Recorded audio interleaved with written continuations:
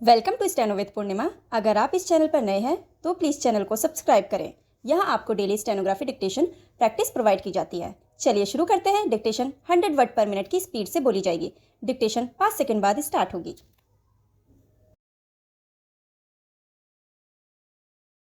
उपाध्यक्ष जी, सरकारी क्षेत्र का स्थान महत्वपूर्ण होने के कारण जनता द्वारा उसके कार्य संपादन का सामान्य रूप से और उसके औद्योगिक संबंधों का विशेष रूप से निरंतर निरीक्षण किया जाना स्वाभाविक ही है। सही आलोचना से सरकारी क्षेत्र के प्रबंधकों में सतर्कता आई है और उसके परिणाम फलस्वरूप उनके काम में सुधार हुआ है। उसके साथ ही साथ श्रमिकों और मालिकों के संबंध भी और अच्छे हुए हैं। मुझे विश्वास है कि अच्छे औद्योगिक संबंधों की स्थापना से सरकारी क्षेत्र अवश्य तरक्की करता चला जाएगा। मुझे यह जानकर प्रसन्नता हुई कि आर्थिक चेतना के अगस्त अंक में भारतीय अर्थव्यवस्था में सरकारी उद्योगों पर एक विशेषांक प्रकाशित हुआ है। सचमुच इस देश में हिंदी आर्थिक पत्रकारिता का गहरा अभाव है और इस दृष्टि से आर्थिक चेतना हिंदी आर्थिक पत्रकारिता में एक नया योगदान है।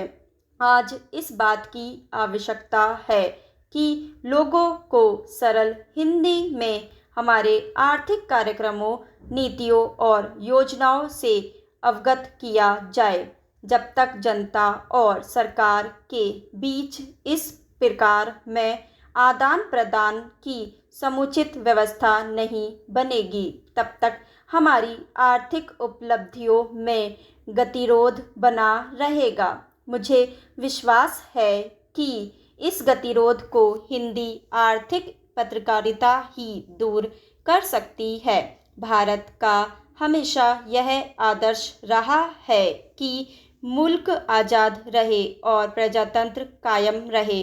पूंजीपति अर्थव्यवस्था में हम विश्वास नहीं करते जिसमें चंद लोग सारी जनता का शोषण करते हैं। ऐसी अर्थव्यवस्था से देश को कभी भी लाभ नहीं हो सकता। कई देशों में विशेषकर अमेरिका, जर्मनी तथा कुछ हद तक ब्रिटेन में पूंजीपति सफल रहा है। प्रत्येक देश की परिस्थिति भिन्न होती है।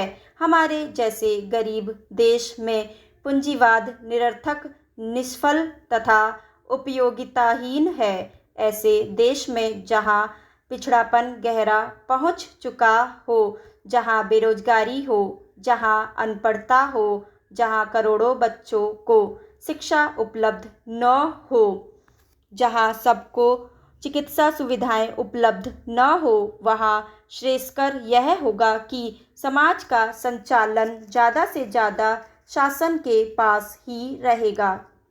इन्हीं कारणों से भारतीय संविधान ने हमारे यहाँ मिश्रित अर्थव्यवस्था को स्वीकार किया है।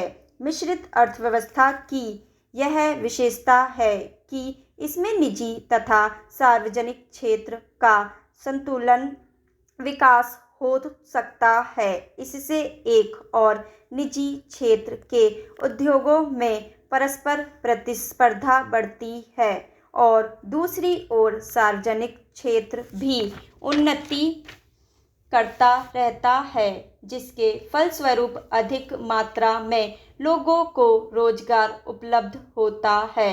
गत वर्षों में सरकारी क्षेत्र पर 3500 करोड़ रुपए की राशि खर्च हुई है, जिसे प्रशंसनीय माना जा सकता है। इस विनियोग ने भारत के औद्योगिक विकास की नींव होती है।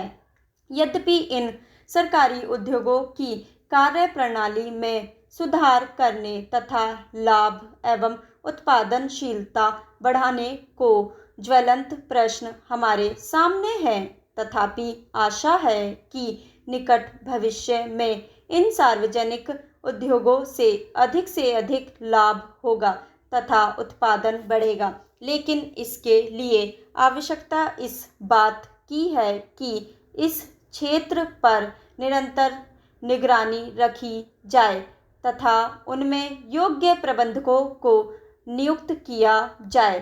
तभी इस क्षेत्र को हमारी अर्थव्यवस्था का लाभप्रद घटक बनाया जा सकता है। आशा है कि आर्थिक चेतना का यह विशेषांक सार्वजनिक पर्व निजी क्षेत्र के विकास के प्रश्न पर महत्वपूर्ण सामग्री प्रस्तुत कर सकेगा।